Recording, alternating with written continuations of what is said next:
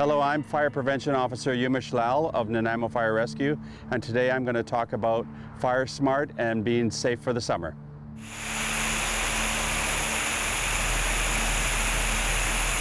One of the things that's happened in the past month, we've had 24 bark mulch fires, of which 20 have happened in the last 2 weeks. And majority of them are because of human carelessness, that is poorly discarded smoking materials from either walking or through their vehicle.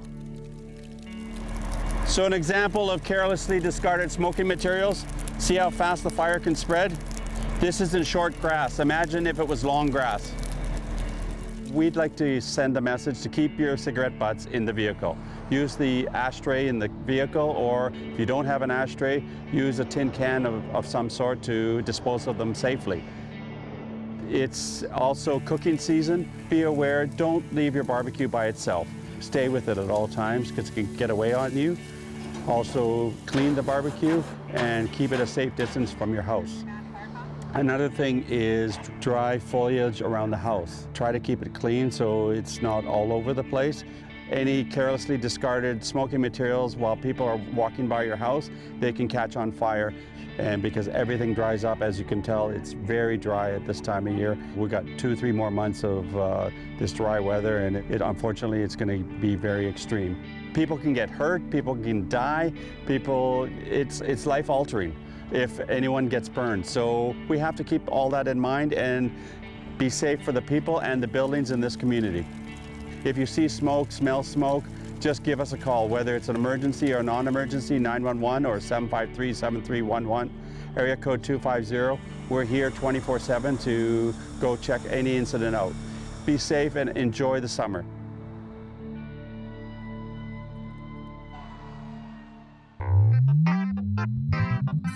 Words with Mayor McKay. I caught a surprising headline in the past week or so that there is no longer Nanaimo Harbour Ferry service over to Newcastle Island. That's really unfortunate coming into festival season, if we can call it that, in Nanaimo. They couldn't come to an arrangement with the Nanaimo First Nation. Do you know more about that? I do, and basically what's happened is that this is not unusual. It's my understanding that they've had these challenges 3 or 4 years in a row. So the operator on Friday night pulled out of the service and abandoned it. The current operator of the Protection Connection is now filling in the gap and in fact would like to take the service on permanently.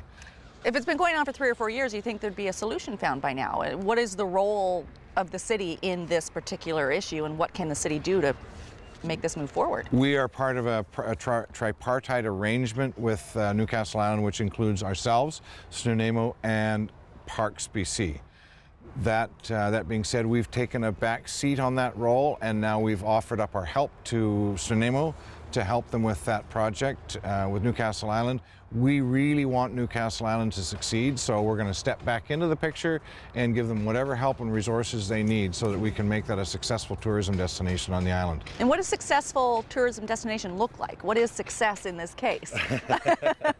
Well, I'll tell you, it's got the potential to be our #1 attraction in all of Nanaimo. So the chief and myself and a number of people are hoping to go down to look at another facility that's very similar to that, to potentially recreate that on Newcastle Island. It's known as Tillicum Village. It's on Blake Island. Same scenario. It's in Washington State Park.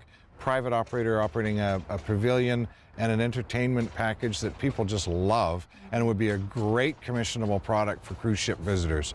That's where we want to go with this. It's about time. I've been in Nanaimo since 1998, and this discussion is still going on. So we've got a willing chief. We got myself, who's absolutely anxious about what we can do on Newcastle Island. We want to get going. Let's do this. Excellent. Now, have you ever seen those albino raccoons? No. They are more than just urban legend. I've seen them. Yeah. They're kind of a yellowy gold color. Yeah, and they're albino, and they come down to the shore at low tide and forage for the shellfish, and they're there. Absolutely, not just legend. Not just legend.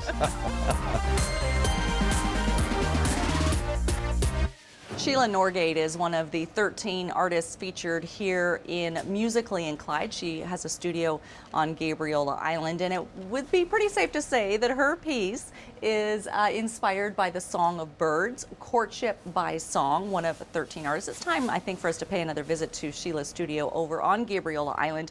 Kim Naylor, she's contributed music to my ears, jewelry made from discarded guitar strings. Music to my ears, it's kind of a nice little pun. We're going to be back with some more of the artists from Musically Inclined. You can check it out for yourself at Artzi's Stuff in the heart of downtown Nanaimo, number 2 Church Street. We're going to throw things over to Annette Lucas now. She's at the Deep Bay Marine Field Station for a very special unveiling.